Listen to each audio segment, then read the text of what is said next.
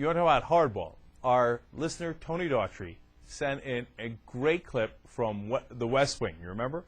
And what's great about this is this character, Josh Lyman, that's in this clip, and he's modeled after Rahm Emanuel, who's now Obama's chief of staff. So if Rahm can remember what he used to be about, that they even did a TV show about, but that might help the situation. So when you say, how do you pressure Democrats that are in conservative districts to go along with the president? Well, if he did this, it might change the equation a little bit.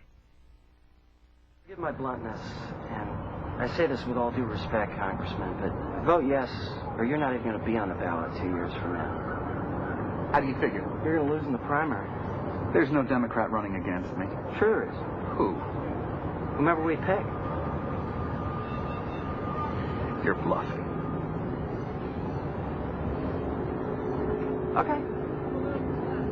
I'm in your own party. It doesn't seem to be doing us much good now, does it? Against an incumbent Democrat. You go to the press and endorse a challenger? No, sir. We're going to do it in person. See, you won with 52%, but the president took your district with 59%. And I think it's high time we come back and say thanks. Do you have any idea how much noise Air Force One makes when it lands in Eau Claire, Wisconsin? We're going to have a party, Congressman. You should come. It's going to be great. And when the watermelon's done, right in Town Square, right in the band gazebo. You guys got a band gazebo? Josh. Doesn't matter. We'll build one. Right in the band gazebo. That's where the president's going to drape his arm around the shoulder of some assistant DA we like. And you should have your camera with you. You should get a picture of that. Because that's going to be the moment you're finished in Democratic politics. President Bartlett's a good man. He's got a good heart.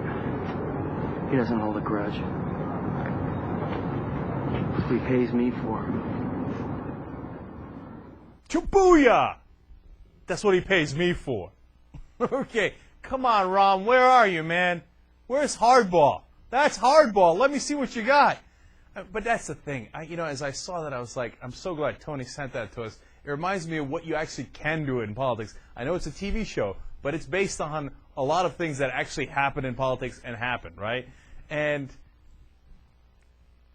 the problem is, can you imagine Obama saying to a Democrat, we're going to land Air Force One right up your ass, okay, and we're going to support a primary opponent against you? That's the thing. I can't see it, man. I wish and I hope that he's that tough. But I haven't seen it so far, and honestly, I'm not sure I could even imagine it. Now, Rahm Emanuel can be that tough if he cared. Unfortunately, in this case, he doesn't seem to care that much about getting the right kind of health care reform. He just wants to get any kind of health care reform and call it a win, even if it's not, the kind that would help the American people and, in my opinion, really reform health care. And I love the part in the clip where he says, I'm in your own party. And, the Rahm Emanuel character, Josh Lyman in this case, in that show says, doesn't seem to be doing us much good now, does it? I mean, there it is in a nutshell. You're either with us or against us at some point, not at every point, okay? But this is, Obama claims, is the #1 priority of his administration. If it's the #1 priority and you really believe in the public option, you got to go around town and give that speech to about 8 or 10 guys.